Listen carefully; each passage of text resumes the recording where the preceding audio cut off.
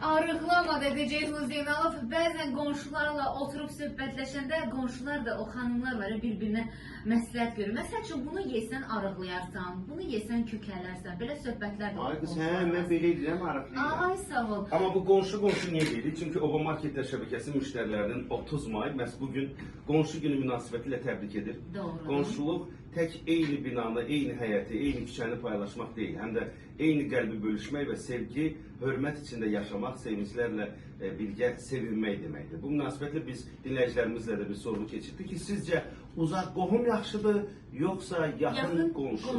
Və bizə yazılan bir mesaj var ki, onu oxumaq istəyirəm. WhatsApp-a bizə yazıb 4804 nömrəsinin sonu belə bitir. Sabahınız xeyir dəyərli aparıcılar, cümləniz mübarək. Biz qonşularımızla o qədər mehribanıq, 20 ilin qonşularıdır. Hətta o qədər mehribanlıq ki, evimiz bilmirəm bizimdir, ya onların. Allah əski etməsin onları bizim evimizdən. O zaman belə çıxır ki, yaxın qonşu yaxşıdır. Yəni bu xanımın dediyindən.